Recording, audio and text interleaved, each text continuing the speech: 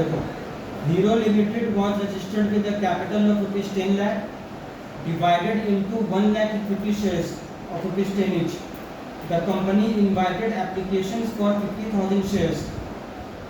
ठीक है, यहाँ पर क्या है कि कंपनी रजिस्टर्ड हुआ है 10 लाख रुपए से, इक्विटी शेयर्स 1 लाख में डिवाइड किया गया 10 रुपए करके, और कंपनी जो है इशू किया है सिर्फ 50,000.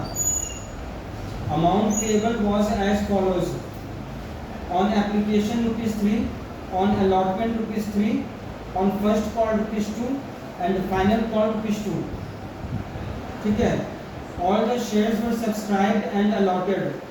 The amounts due on allotment and calls were received. ठीक है, जो ये सारा पैसा इसको मिल गया, जिसको ये कॉल किया. Pass necessary journal entries and show cash book entries relating to the issue in the books of the company. यहाँ पर बोल दिया है कि जर्नल एंट्री पास करना है और मेंशन कर दिया है कि कैश बुक ही बनाना है.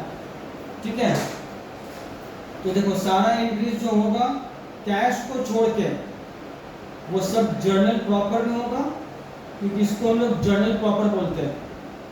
और जो कैश से रिलेटेड होगा, क्योंकि ये रूल है कि कैश बुक सब्सिडियरी बुक है और बुक्स ऑफ ओरिजिनल एंट्री है. सब कैश से रिलेटेड जो भी एंट्रीज पास होता है वो कैश बुक में हम लोग डालते हैं. इसी के लिए क्योंकि ये कंपनी का अकाउंट्स मेंटेन कर रहे हैं, तो यहाँ पर पूरा रूल्स और रेगुलेशंस प्रॉपर वे में फॉलो करना पड़ता है. तो इसलिए यहाँ पर कैश बुक बनाना है, इसको बनाओ.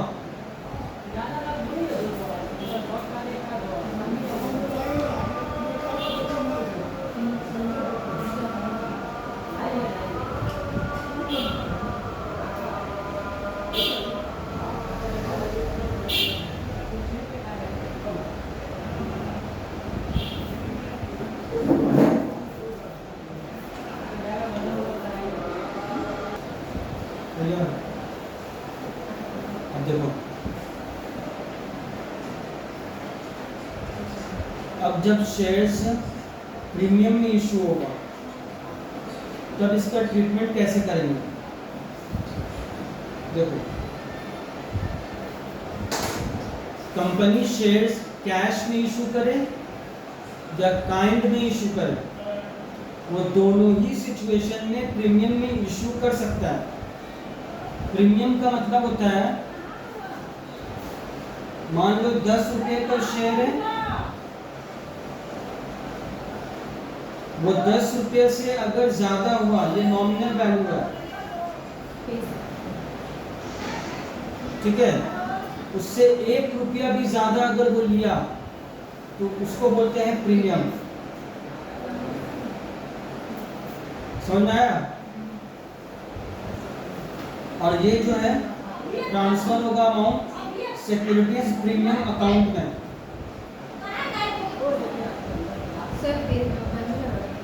हाँ?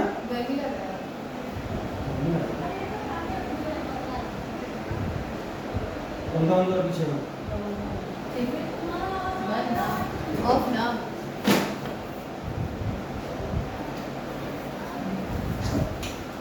जवाब से लगाओ. गेट ठीक से बंद करो.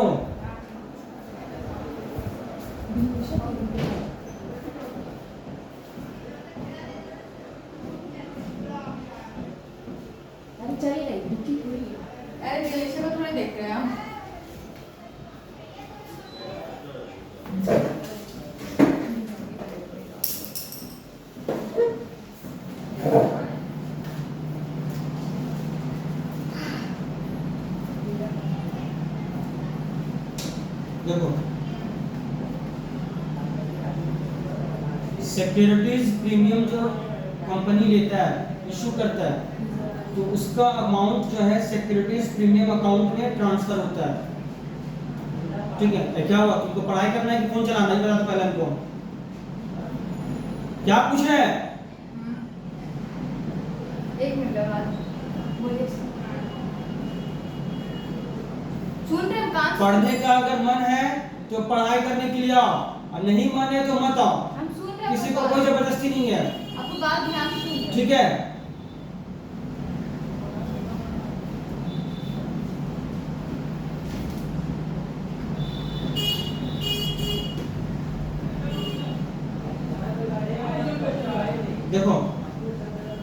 सिक्योरिटीज प्रीमियम का जो अमाउंट है वो किस किस चीज में यूटिलाइज होता है। सबसे पहला है शेयर होल्डर्स को अगर बोनस शेयर्स देना है तो इसी से निकाल के दिया जाता है, इसी से पैसा निकाल के। Preliminary expenses of the company, मान लो कंपनी का प्रीलिमिनरी एक्सपेंसेस अगर हुआ है तो इससे सेट ऑफ होता है। प्रीलिमिनरी एक्सपेंसेस उसको बोलते हैं कि कंपनी जब है ना, क्या बोलते हैं उसको, इस्टेब्लिश होता है, जब बनता है, ठीक है, तो उससे पहले जो जितना भी खर्चा होता है उसको बोलते हैं प्रीलिमिनरी एक्सपेंसेस।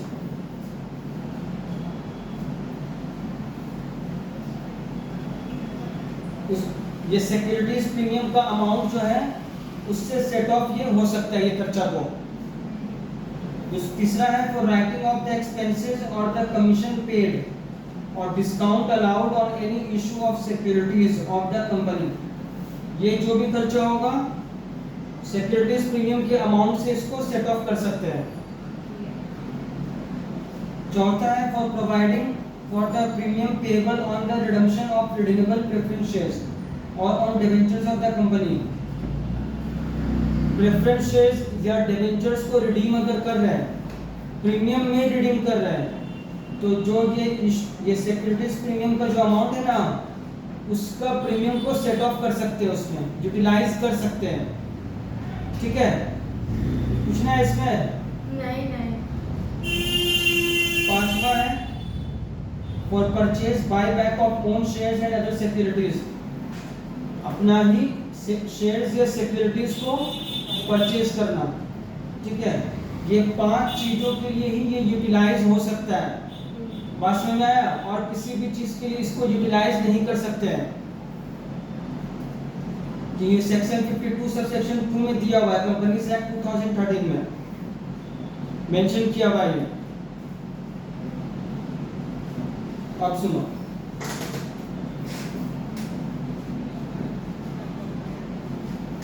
सबसे पहला है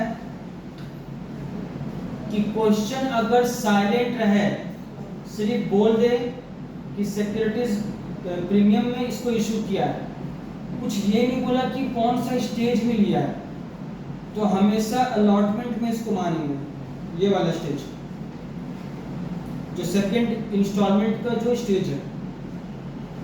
क्लियर है? और अगर जब बोल देगा कि हाँ इसमें लिया है वो पर्टिकुलर में, तब तो उसी में दिखाना होगा। कुछ पूछना है इसमें?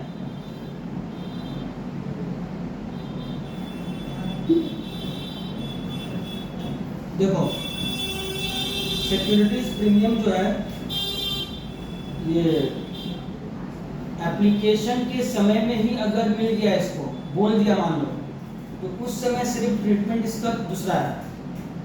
पैसा जब मिलता है उस समय इसको ट्रांसफर नहीं करते हैं सिक्योरिटीज प्रीमियम अकाउंट में। ठीक है, क्योंकि पैसा जब मिलता है एप्लीकेशन का तो उस समय अलॉट नहीं कर दिया जाता है। ठीक है, क्योंकि अलॉट अगर करेंगे तो इसका पैसा को सिक्योरिटीज प्रीमियम अकाउंट में ट्रांसफर करना होगा हमको। अगर ये ट्रांसफर एक बार उसमें हो गया ना, तो फिर इसका पैसा को वापस नहीं निकाला जा सकता है। वापस निकलेगा तभी जब वो 5 पर्पस जो अभी रीड किए हैं उसके लिए अगर जरूरत पड़ेगा तो ही।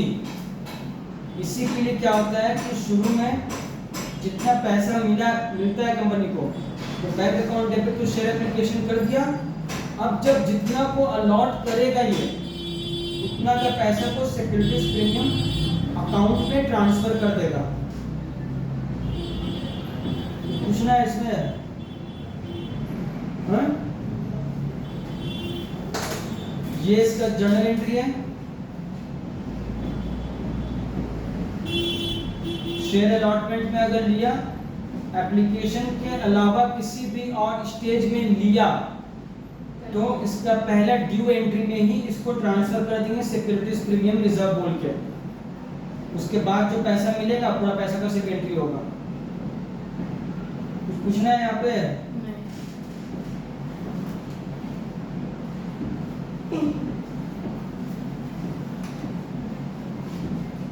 जो भी बातें बोले हैं यहाँ पे लिखा हुआ है। सर कैपिटल रिजर्व क्या होता है? कैपिटल एक्सपेंडिचर जैसा जिससे कैपिटल रिजर्व दूसरा चीज है, वो रिजर्व है, वो एबनॉर्मल प्रॉफिट जो होता है उसको ट्रांसफर करते हैं कैपिटल रिजर्व में। कैपिटल रिजर्व वही रिजर्व ही हुआ। सिक्योरिटी प्रीमियम से कैपिटल रिजर्व। हाँ, ये कैपिटल रिसीट है, ये बैलेंस शीट में आके शो होगा।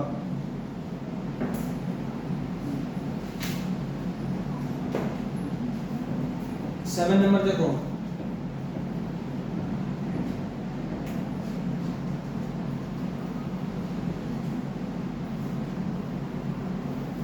अमृत धारा limited is registered with authorised capital of ₹5 lakh, equity shares of ₹10 each.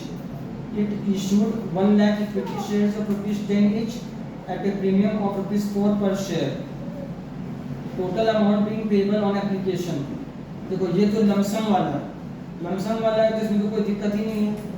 पहला अमाउंट का जो क्योंकि एप्लीकेशन में रिसीव कर रहा है तो bank account debit to equity share application लिखेंगे सारा अमाउंट के साथ। 5 लाख इक्विटी शेयर है इनटू 14 रुपीज, और उसके बाद क्या करना है, इक्विटी शेयर एप्लीकेशन का अमाउंट इक्विटी शेयर कैपिटल में 10 रुपये करके ट्रांसफर करेंगे, और equity share securities premium reserve बोल के 4 रुपया इनटू 1 लाख। अच्छा 1 ही लाख इशू किया है, ठीक है, तो 4 लाख होगा। करो उसको।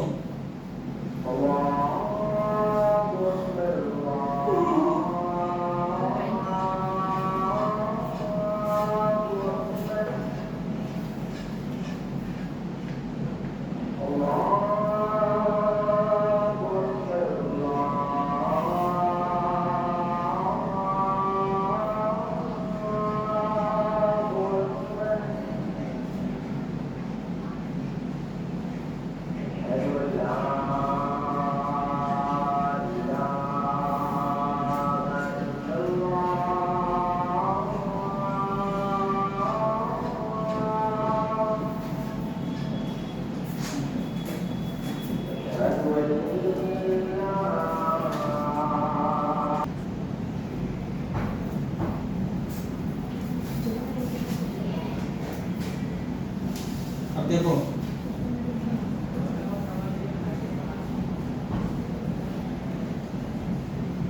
शेयर्स इशू करना कैश के बजाय, मतलब काइंड्स में भी शेयर्स इशू करते हैं। मतलब क्या कि तुम कहीं मशीनरी खरीदने गई, ठीक है, 10 लाख 15 लाख का मशीन तुम खरीद ली, तुम उसको बोलोगे कि देखो पैसा अभी हम नए नए कंपनी स्टार्ट किए हैं, तुम पैसा मत दो, हम तुमको अपना कंपनी का शेयर्स दे देंगे। तो अगर वो राजी हो गया तो ठीक है, या फिर बोल सकती हो कि देखो 10 लाख का मशीन हो रहा है, 5 लाख रुपया तुम कैश ले लो और 5 लाख का मेरा शेयर्स ले लो, ठीक है। तो उसमें क्या होगा, जर्नल एंट्री जो होता है, पहला होता है कि तुम क्या खरीदी हो, तो ये तुमको उधार जो खरीदता है वो एंट्री पास करना होगा। क्या हो रहा तुम्हारा,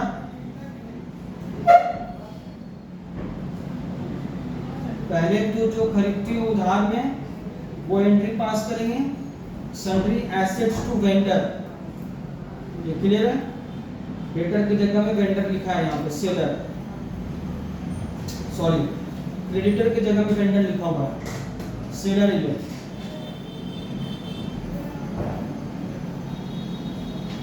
ठीक है, अब जो है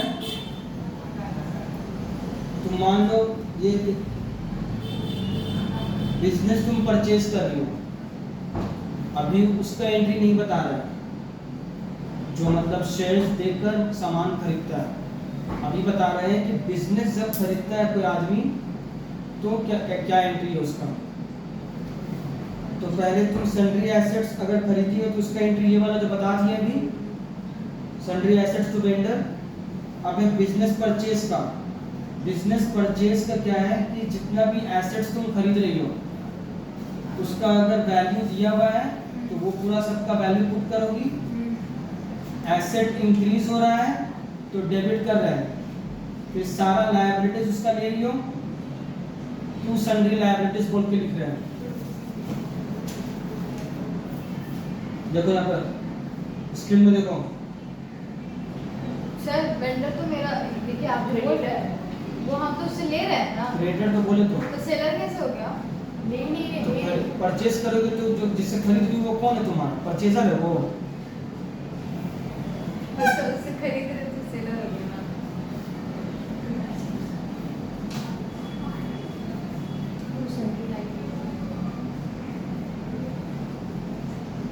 एक एक करके सारा लायबिलिटीज को ले लेना, ठीक है। अब मान लो तुम जिससे खरीद रही हो अभी पेमेंट नहीं कर रही हो, ये तो तुम्हारा क्रेडिटर है। यहाँ पर दो सिचुएशन है। पहला, एसेट परचेज जो की हो उस केस में ये एंट्री पास करना जो हम लोग क्रेडिट परचेज का एंट्री पास करते हैं। बस यहाँ पर ये फर्क है कि वो गुड्स खरीदते थे तो परचेज अकाउंट लिखते थे, यहाँ पर एसेट्स का नाम लिखेंगे, ठीक है। सर तो मैं क्रेडिटर क्यों है? तो उधार में खरीदी हो तुम इससे। अब मान लो तो एसेट तुम दे रहे हो, वो अभी नहीं बता रहे, अभी परचेज वाला बता रहे हैं। अब बिजनेस परचेज का ये एंट्री है। मान लो पूरा बिजनेस परचेज कर रही हो अगर, समझ में? अभी पेमेंट का एंट्री हम नहीं बता रहे, ड्यू एंट्री, ठीक है। ये ड्यू एंट्री है, शो कर रहे हैं। तो यहाँ पर क्या हुआ, एसेट इंक्रीज क्यों हुआ ये पता चल गया, उससे एसेट ले रहे हैं। क्योंकि मॉडर्न अप्रोच के हिसाब से इंक्रीज होगा तो डेबिट करते हैं, लायबिलिटीज इंक्रीज होता है तो क्रेडिट करते हैं। मान लो 10 लाख में खरीदे हैं, ठीक है। 10 लाख का एसेट था और 30 लाख 30,000 का 8 लाख रुपए का लायबिलिटी था, ठीक है। तो यहाँ पर पहले तुमको निकालना होगा नेट एसेट्स। नेट एसेट्स का मतलब होता है एसेट्स माइनस लायबिलिटी, ठीक है। अरे पहले समझो ना पहले चीज को। हम लोग को पढ़ा हुआ है थोड़ा तो फिर ठीक है। 10 लाख का यहाँ पर एसेट्स हुआ, उसको माइनस किया 8 लाख से, तो नेट एसेट्स कितना हुआ? 2 लाख हुआ। 2 लाख तक था। नेट एसेट्स का मतलब ये हुआ ना कि वैल्यू बिजनेस कितना है।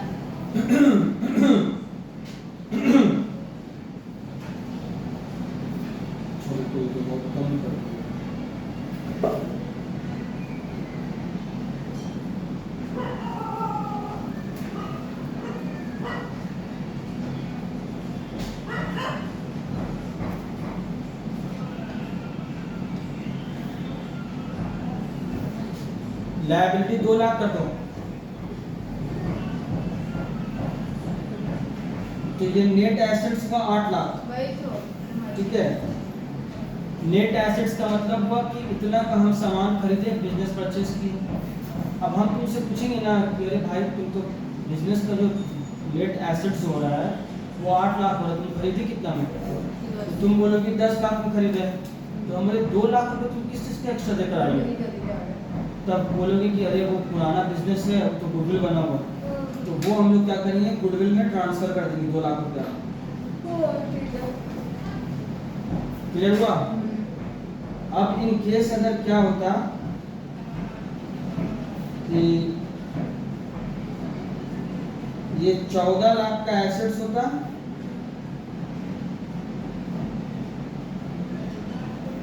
और 2 लाख का लायबिलिटी होता, तो नेट एसेट्स होता 12 लाख। हम पूछते कि भाई तुम तो खरीदे हो 12 लाख का बिजनेस, कितना में खरीदे?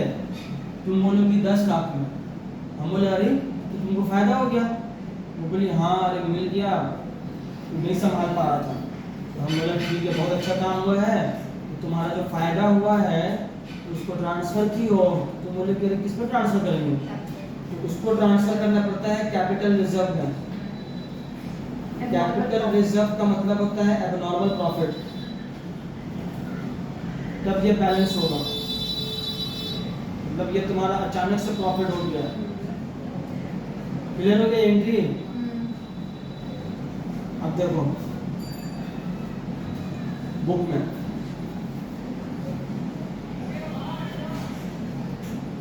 इसको पेमेंट करने का टाइम आया, तो शेयर्स से अगर पेमेंट कर रहे हैं तो वेंडर को डेबिट करेंगे, जो हम लोग क्रेडिटर को पेमेंट करने का एंट्री पास करते हैं, vendor account debit to share capital. Clear हुआ? क्योंकि मेरा शेयर कैपिटल इंक्रीज हो रहा है, उसको शेयर्स दे रहे हैं ना, ये तो नॉमिनल में जब पास करेंगे तब। दूसरा, अगर प्रीमियम में इशू कर रहे हैं तब vendor account debit to share capital to securities premium reserve account. Discount में इशू नहीं कर सकते हैं उसको। ये क्लियर हुआ? पूछना है? जब हम वर्क को बेच रहे हैं, हम अपना बिजनेस बेच रहे तब का, हाँ? हम अपना बिजनेस बेच रहे तब का entry। हाँ, बिजनेस बेच रही हो या उससे एसेट ले रही हो, दोनों में से कोई भी एक सिचुएशन होगा। दोनों में से कोई भी एक हम ऐसे सिचुएशन। बेच रहे अपना। एसेट अगर खरीद रही हो अगर नया, तब सिर्फ ये एंट्री पास करना है उस समय, हाँ। और ये वाला पेमेंट का। और जब बिजनेस खरीदोगी ओह, अच्छा था। तब ये एंट्री पास होगा और पेमेंट का ये एंट्री होगा, दोनों में से कोई एक। पेमेंट का एंट्री दोनों का सेम है, सिर्फ जो सामान खरीदने का और बिजनेस खरीदने का जो एंट्री है वो अलग अलग है। क्लियर हो गया? ड्यू एंट्री नहीं ना, इसका ड्यू एंट्री इसका ड्यू एंट्री वेंडर का जब फॉर्म बिजनेस खरीदता है। ये क्या बता रहे थे इसे? ठीक है, समझ। क्लियर हुआ है? हाँ, हम आज यही तक करने दो, से डाउट ऊपर से जाएगा। चलो कुछ मैं डाउट पूछिए, वीडियो रन करो। डाउट